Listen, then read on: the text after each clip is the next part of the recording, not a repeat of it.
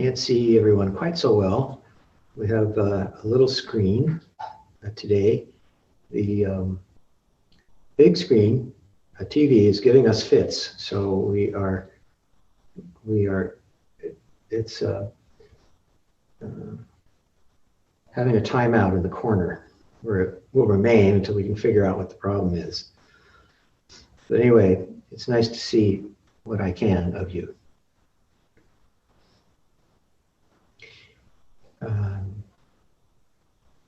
This picture is very different from some pictures I more or less just stumbled into on the internet, where you can find pretty much anything in the universe nowadays is there somewhere. And again, I'm not exactly sure how, but I wound up looking at some, I guess, celebratory assemblies on the part of some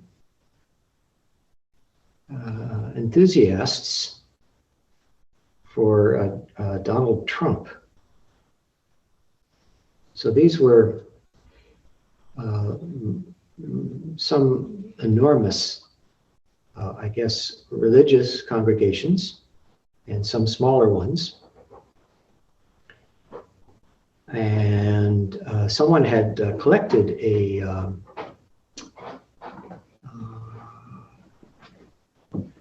made a kind of, I don't know what it's called, but a sort of paste up of, that's okay. There you are. Now I have to look you in the eye.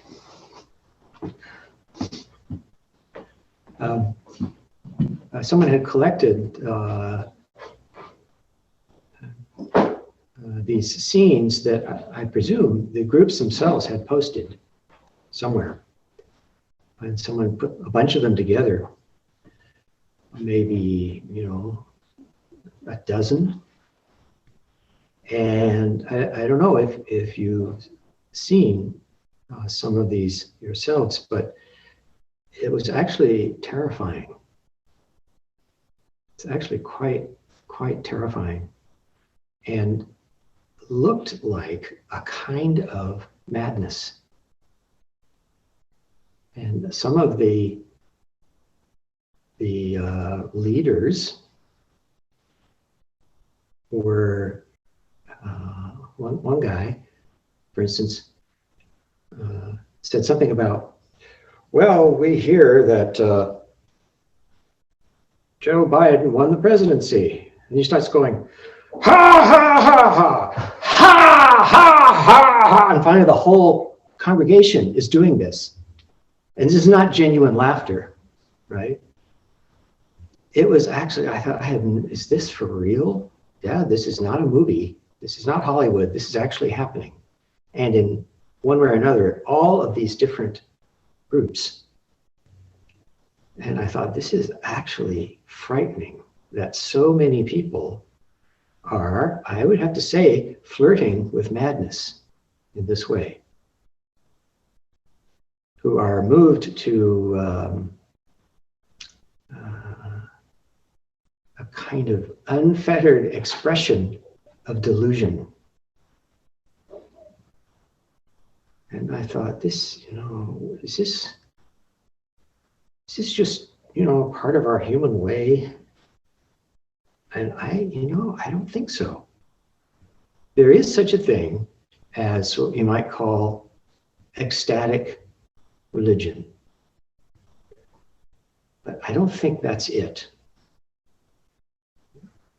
Many of the, maybe all of the so-called the mystery cults from particularly the era of late antiquity had a kind of ecstatic side to them, but not like that, as far as anyone knows. And I thought, boy, this is a real sharp contrast with a meditation hall where everyone is sitting in stillness instead of, screaming and hopping up and down and literally, spitting, like foaming at the mouth. And I thought, how is it that we have come to this place where this looks to some people like spirituality? This, I'm afraid, is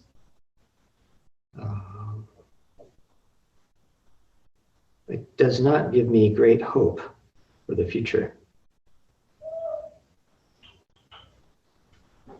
If people are, absorbing somehow the behavior of their leaders,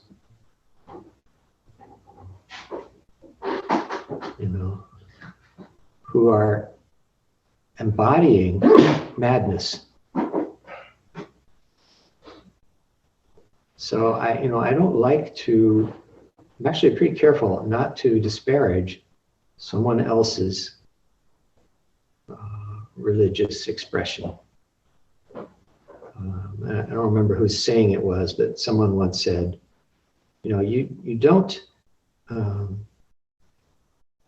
you do not destroy someone's belief unless you have something better for them.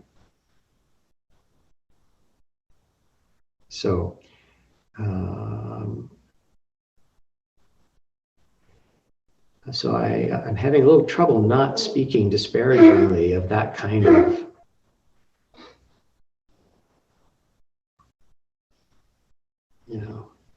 excessive sojourn into the shadow without any recognition that that's what it is.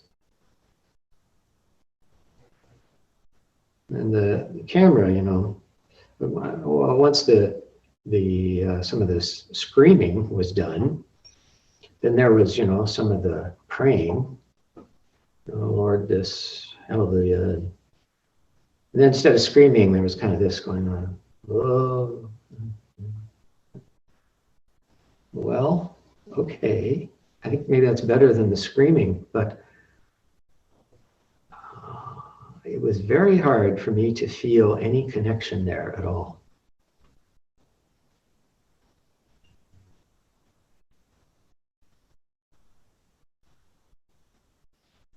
And I'm sure there must be somewhere in the world today people who are who cultivate an ecstatic spirituality that's more like the old style. It doesn't look like that. Is that a hand? Or is that someone adjusting the camera? Sorry, I was blowing my nose, so I put the. Oh, sorry, I apologize. Okay.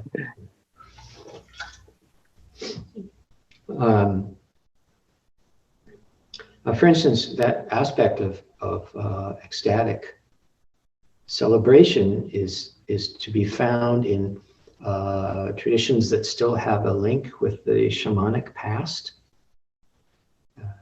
The Afro-Caribbean religions have this source of their faith, and it doesn't look like that. What it looked like to me was, it was like a celebration of anger and hatred. Just like, oh my God, is it 1933 again? Is that what's happening? Under the complete guise of, oh, we're the Jesus people here. We follow the teachings of Jesus. I thought, yeah, You think Jesus would walk into that assembly and say, yeah, that's what I meant. Go ahead, scream. So I don't have a remedy except to suggest that if we want to investigate the ecstatic in spirituality, we don't look to them, whoever they are. as our teachers. Maybe some of you have experience. There aren't so many of you here today. So, with this smallish audience, maybe not. I have a little experience of it, not so much. A little experience of the Santeria, which I think is quite that's an ancient and respectable tradition. And there are many like it. But mostly, maybe due to my suburban Roman Catholic upbringing, I was a little more, I felt I was better off somehow being still.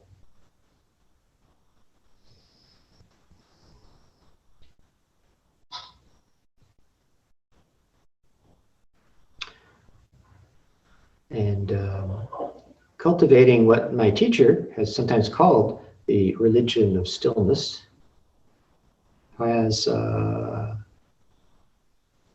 kind of freed me up to appreciate many other expressions.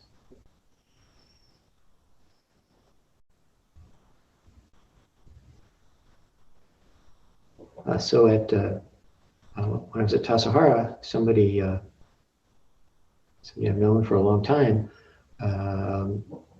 who is a scholar of medieval Indian religion, lent me a tape of some bhakti chanting.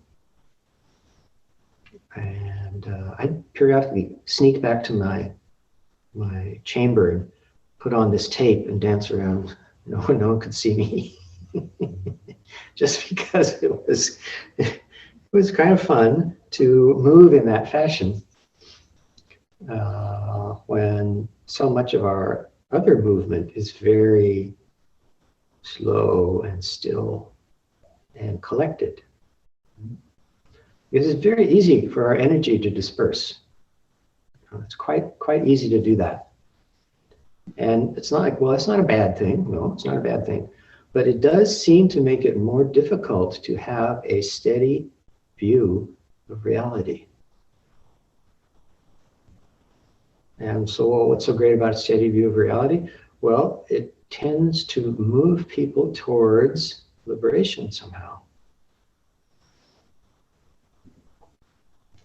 If the way we study things as they are is quite haphazard, then sometimes our mind, is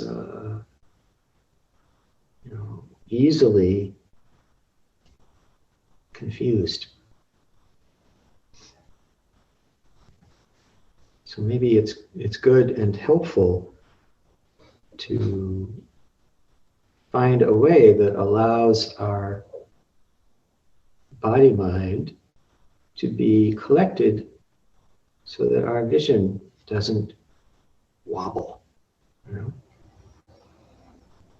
And when we turn that light upon the so-called self, we are moving in the direction of liberation. Insofar as I have beliefs, that's one of them.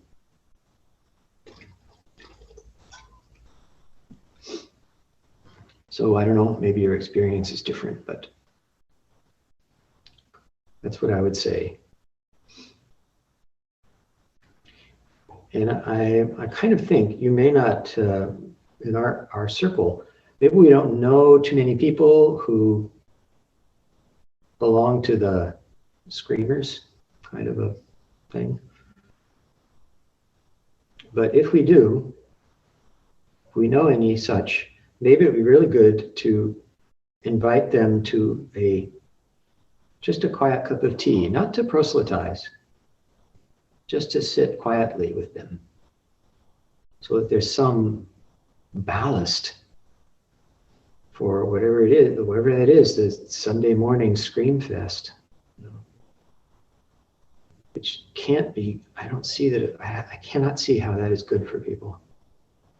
Now maybe there's some little relief if they're feeling very, very sad that their favorite person did not succeed in achieving the desired public office. So maybe there's a little relief for them if they run around screaming for a while. But that's all. And I don't think there's any help for them there in terms of steadying their view of things as they are.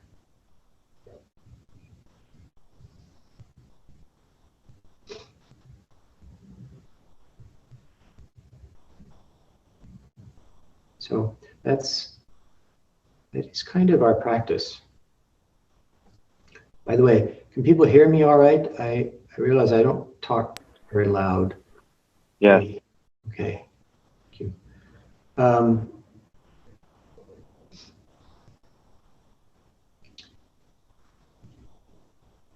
You know, our practice comes around again and again to the precision of this body-mind in this instant. And many of our Chan and Zen stories celebrate this in one way or another.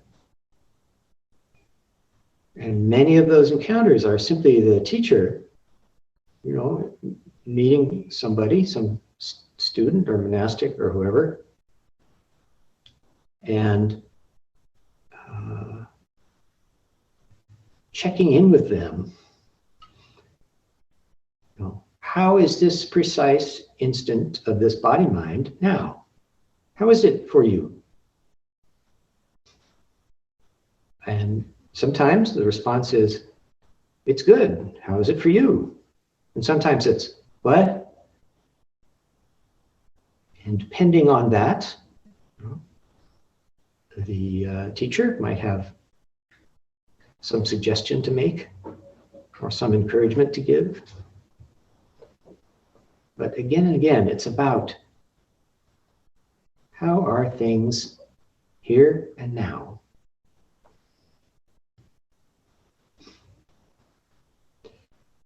So yes, I am thinking of a story.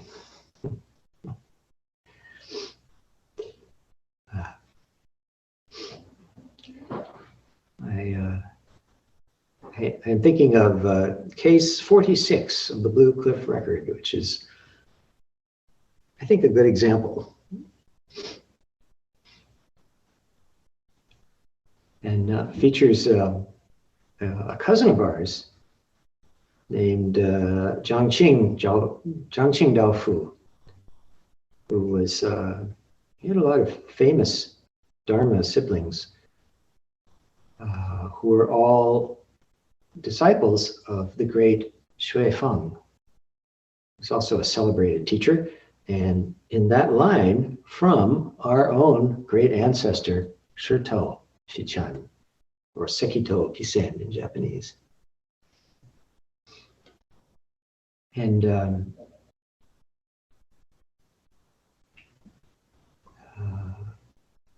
I think the weather made this story catch my eye. Because Jiangqing was sitting with one of his monastics, and he asked the monastic, you know, he says, "What's that sound?" And the monastic says, "That's raindrops."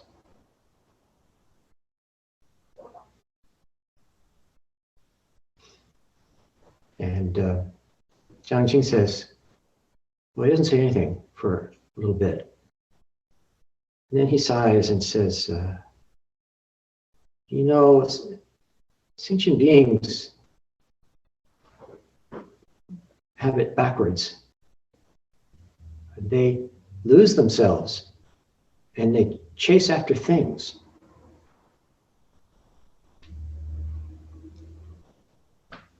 And the monastic says, well, how about you, teacher? And Jiangqing says, I almost don't lose myself. The monastic says, what does that mean? And I almost don't lose myself. And Changqing says, it should be easy to express oneself, but it's hard to say the whole thing.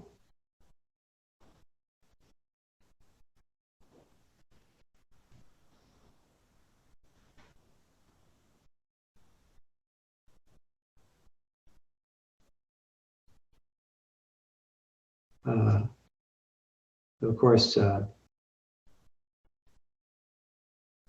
great Shui Do, who collected these stories, has a poem to go with this story, but I have my own poem, which I will share with you if you will allow.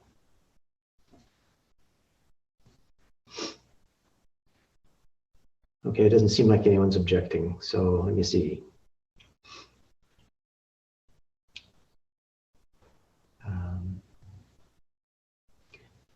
Lately, the winter rains. Last night, the bright moon, round and full. What's that sound?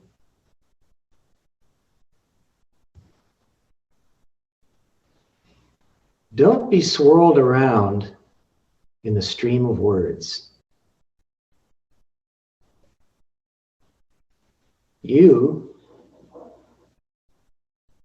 You stand dry shod at the spiritual source. But sentient beings have it backwards. For their sake, time to get your feet wet.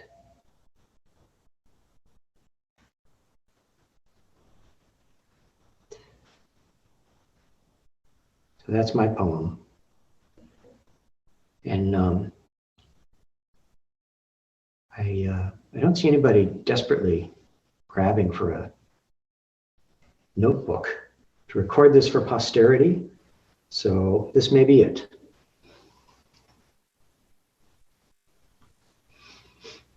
The talk's being recorded. Oh yeah. Oh, okay. There may be an electronic trace after all. So we shall see.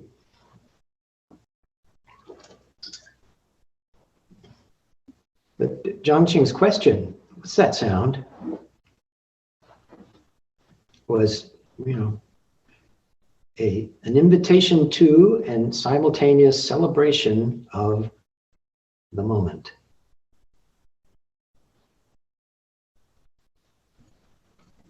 There's nothing wrong with the monastic's reply. In fact, that was a fairly good exchange. But something about the monastic saying, that's raindrops, it didn't have quite the ring that Changqing was listening for. So maybe that was Changqing's fault. After all he could say was, well, I almost don't lose myself.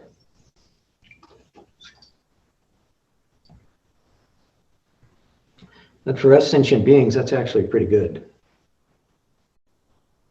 Almost not to lose ourselves.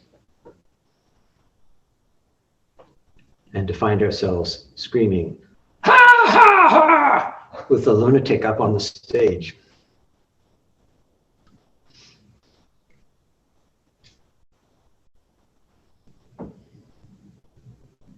After all, what is it to lose ourselves? What self is lost?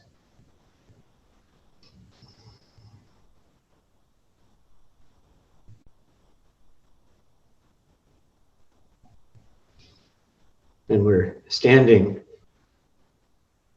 dry of foot at the spiritual source. What self is lost?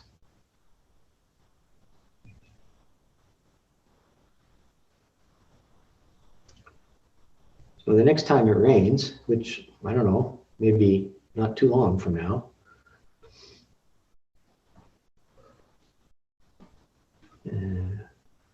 listen to the raindrops as they arise here and now. Listen with the whole body mind. And that is our celebratory spirituality right there.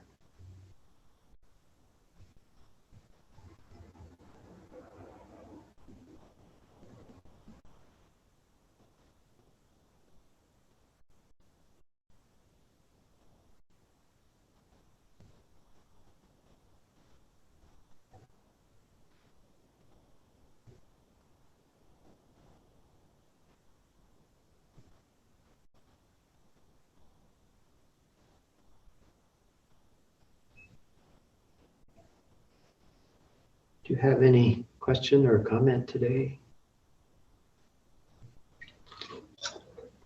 Looks like Mark. You're all about as big as a postage stamp, so I'm assuming that's Mark. Yes.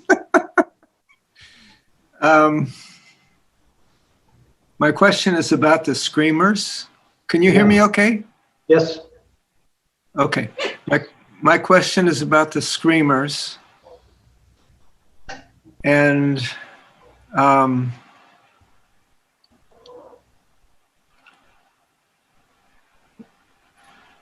knowing that there's, like 7 million of them in this country now, and feeling that we somehow need to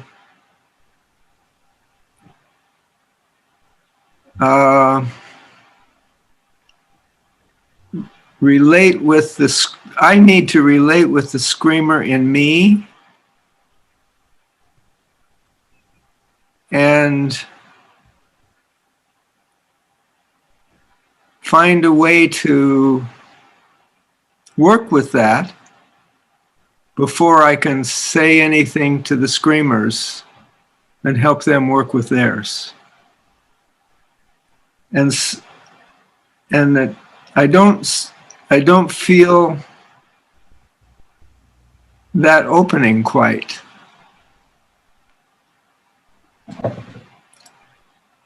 So that's my question.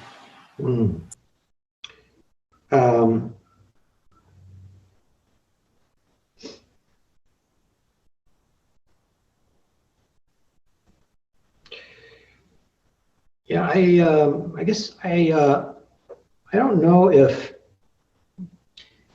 I would say right now that everybody necessarily has their screamer. Maybe so. But the screamer is there in the screaming. So I don't necessarily think that there's some screamer hiding in everyone, waiting for its moment in the sunlight. I don't necessarily think that's true. So when you say work with the screamer in you, I would assume you've been doing that all along. Namely, you have been steadying your view of reality over and over again. And that draws crazy energy away from that kind of expression. That's how I look at it anyway. So I'm not suggesting that we go on a pilgrimage of some kind to rescue our screamer friends. That's why I said it's just to have a cup of tea with them in a quiet place and be with them and meet them moment after moment, heartbeat after heartbeat. Be there with them as an antidote to the poison of screaming madness. And maybe I'll feel different tomorrow, but that's how I feel today.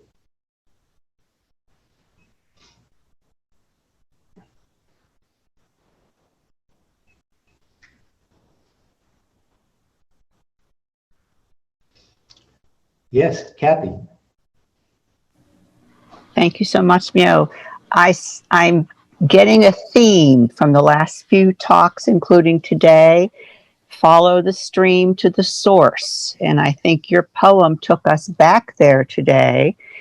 And we are standing next to the source, but you are giving us the courage to actually put our feet in the source and not stand beside it.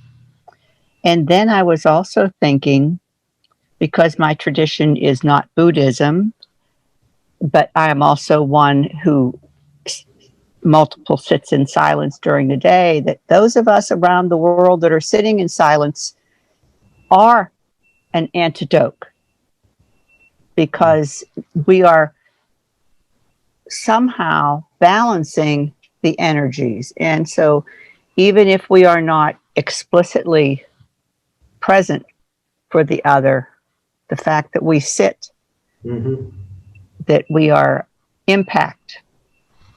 Comments? Yeah, I think that's probably right. And I think immediately of, thousands of contemplative communities helping to stabilize our shaky, crazy world in just that way. Yeah, I agree. I would just say though, our feet are in the source. So just to remember, following the stream to the source is a journey of no distance and no time.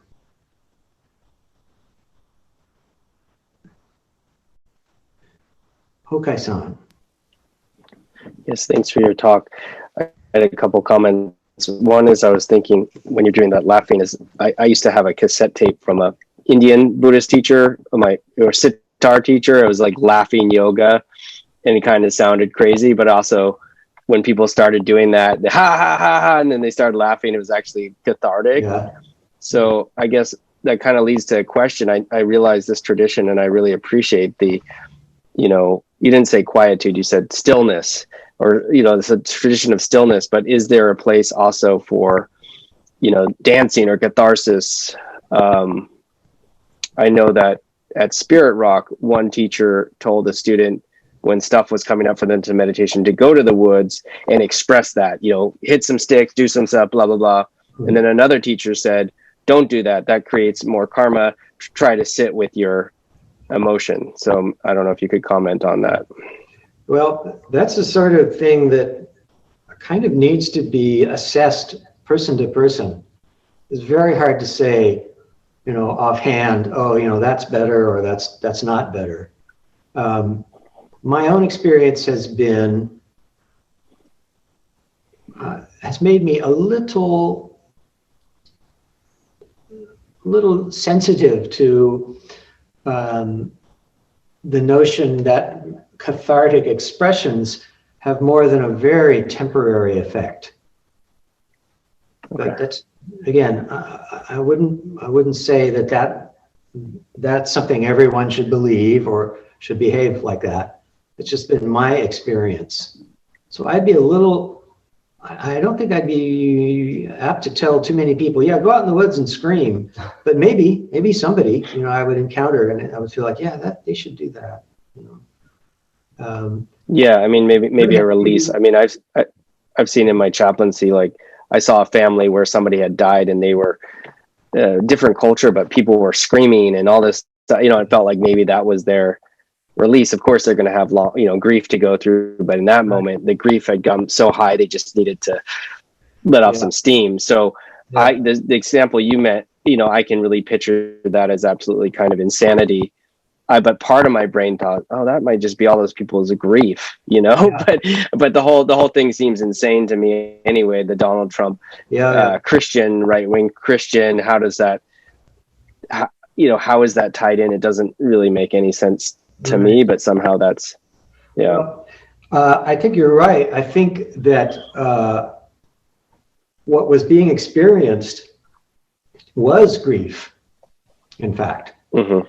But the fact that it was being presented as something else was downright scary. It's not like, okay, we're going to get together for our service today and grieve. No, it wasn't that at all. It was like, Trump won, didn't he? Ha, ha, ha. You know, it's like, it's just crazy, you know? Mm-hmm. Yeah. Biden didn't win, you know? Let's everybody say, Biden didn't win. You know, it's like, it's just nuts. Mm. Anyway, I wish them well and hope nobody gets hurt by that. But I don't know what to think. Now, it is true that adherents of that style, let's call it, of faith are declining in the US in a fairly consistent way. And that gives me some hope. However, it is also true that in our modern world, we have lost the all-important bridge from the spiritual heart of the child to the spiritual heart of the adult. We've lost that. And that is a great danger. So we no longer have mystagogues, as they used to be called, whose job was to help people find that bridge for themselves. And that's something that we need to be making available, especially to our adolescents, right, who are so inclined just to turn away from everything. And there's no one to say to them, you know what, there's actually a bridge to something pretty great. And instead, it's just like, oh, well, you should come to church with us. It's like, well, I've been doing that since I was like 5, and I don't want to do it anymore. And instead of saying, okay, well, we have this other thing you can do that's actually really pretty wonderful. It's like, well, all right, then stay home and play video games. Like, that's it, you know? And then they grow up just feeling like, well, I'm an atheist or I'm a materialist, which is like not that helpful. Yeah, religion's gone down in the last, I think it was in the 90s, 70% religious people. Now it's like 40%. Yeah. So religion's definitely declining in this country, and there doesn't seem to be a lot of great guidance that I'm seeing. Right. In some traditions, I'd say. Yeah. So, time to get our feet wet. Oh, Rantan. I'm glad that you're addressing this, because that video you're referring to is very disturbing, and it is disturbing partly in that it displays a lack of personal awareness and integrity on the part of that megachurch leader. The expression of his expression does not match what he's really feeling. He's not feeling hilarity. Right. He's probably feeling rage or something more akin to that. And that disconnection is disturbing. Yeah. Right. Because of the lack of integrity. That's very unhealthy. Yeah, I agree. Yeah. And that may be partly why religion is becoming out of fashion, because it's become so disconnected from personal integrity. Mm-hmm. Well, that's why I left mainstream religion a long time ago. And I used to be in high school, I was what was called a Jesus freak in those days. So, so yeah, I just wanted to throw that out as to why I think that what might be underlying some of that, a lack of personal integrity and one's affect not matching what one is feeling. Right. Individuals and in large groups. Yeah. Well, when I was an adolescent, and I felt in myself the spirit life of the child passing away, I ran around saying, okay, where's the bridge? hello, anybody? You know, Roman Catholics, Benedictine monastery where I was in school. Where's the bridge? No one had anything to offer, except the Buddhists. And that was too bad, because it's there. The bridge is there. That's a part of our human inheritance. No faith tradition has a monopoly on that. But there has to be someone who says, oh, I know about that. Come on, let's talk, or let's do this, or here's this practice. Something besides just go to church and say your prayers. And it's like, no, that's not enough. Sorry. That was fine when I was 6. And I'm not 6 anymore. I'm 16. See,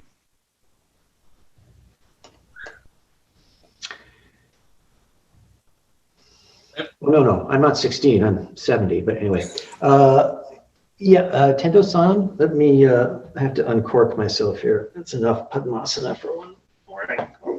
Okay. Yes, go ahead. I don't know if Cato wanted to go first, but Sorry, I couldn't quite hear you. Cato was chiming in at the same time. Oh, Cato, did I you don't know want if to he say has an something? I'll go after Tendo. Okay.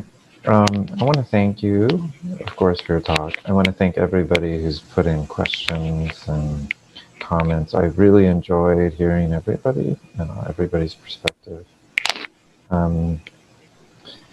It was interesting. Little Okay. louder. Sure. That's good. Thank you. I was intrigued by how you started out the talk with kind of a spiritual technology with the mudra that went immediately into a different kind of sort of spiritual technology with the kind of hypnotic trance sort of ecstatic piece.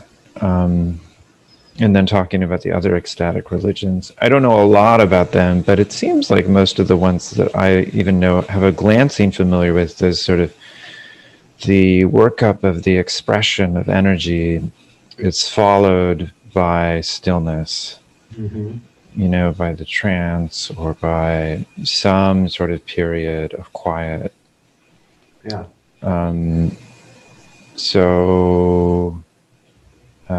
I'm saying too much.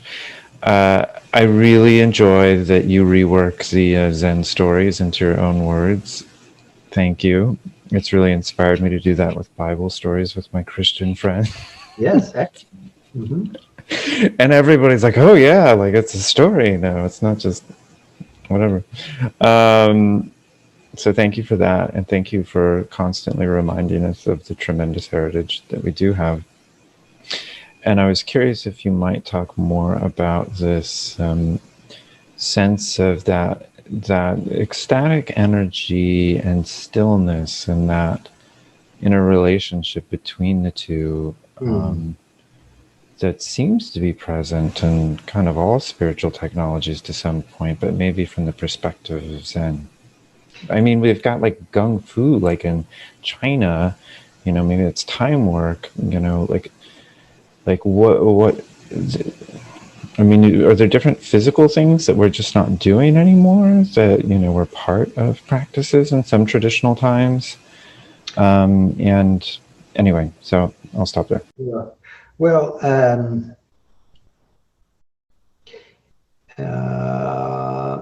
I think we have the lion's share of that inheritance, and if it's true, there aren't so many like physically expressive aspects of that inheritance beyond, you know, rather sober walking meditation.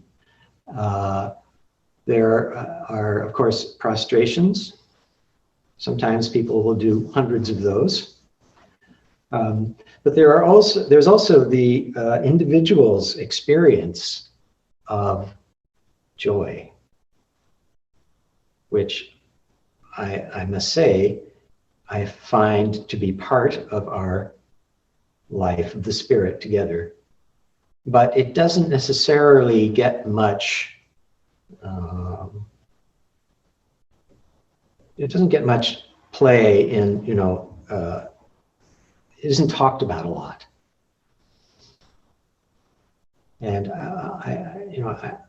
we don't really encourage people to sit around and talk about their recent experience of joy. I mean, we could, I suppose we could do that. But I sort of feel like everyone who practices Dharma becomes acquainted with, as Suzuki Roshi called it, the joy that arises naturally. Sooner or later, in one way or another, everyone experiences that. And it's maybe better if it doesn't get, focused on, because then people think that's what they're practicing for.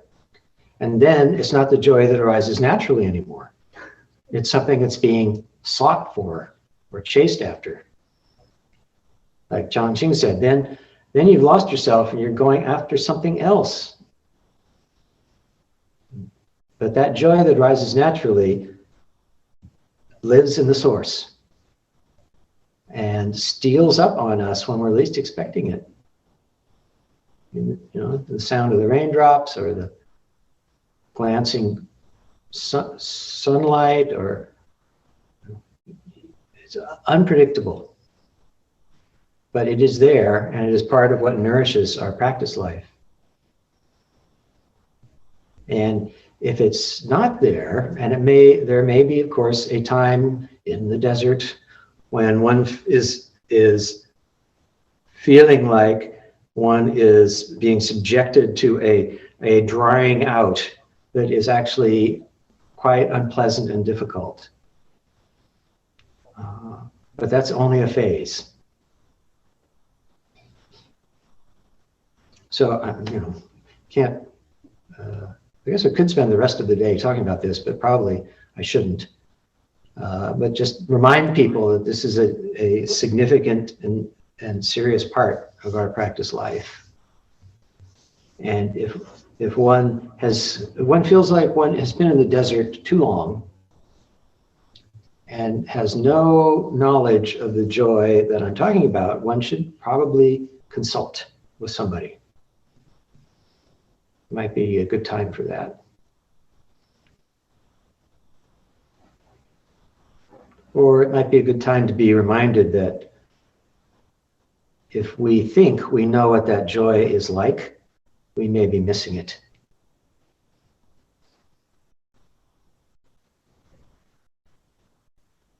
Okay, maybe that's enough for right now. Well, thank you for your patience as always. Please take good care.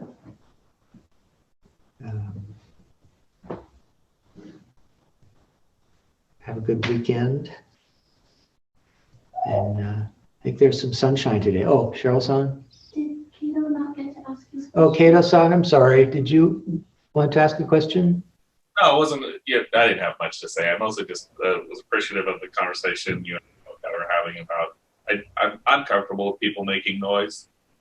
It's okay. I think it's okay for people to express some venting or whatever. I guess it's just what is the intent and what is the result and what's the energy around it. But my question was more about just the sort of what you meant when you were talking about the, I guess, spirituality of the child. Are you talking about like an openness and a curiosity and is that what that means? Or I just... Yes. Yeah. The way the child apprehends reality, which is quite extraordinary and quite simple and straightforward. And as we age, it gets, well, I don't know what happens to it exactly, but it has something to do with the body-mind of the child. And as that body-mind develops, a different way of apprehending reality has to be incorporated. So does that speak to your... Yeah, I found that cool thing. But children do scream, you know, and make lots of Oh, noise. sure. Yes. Yes, they do. Yes, they do. And then the next minute, you know, they're burbling with happiness. Kind of nice.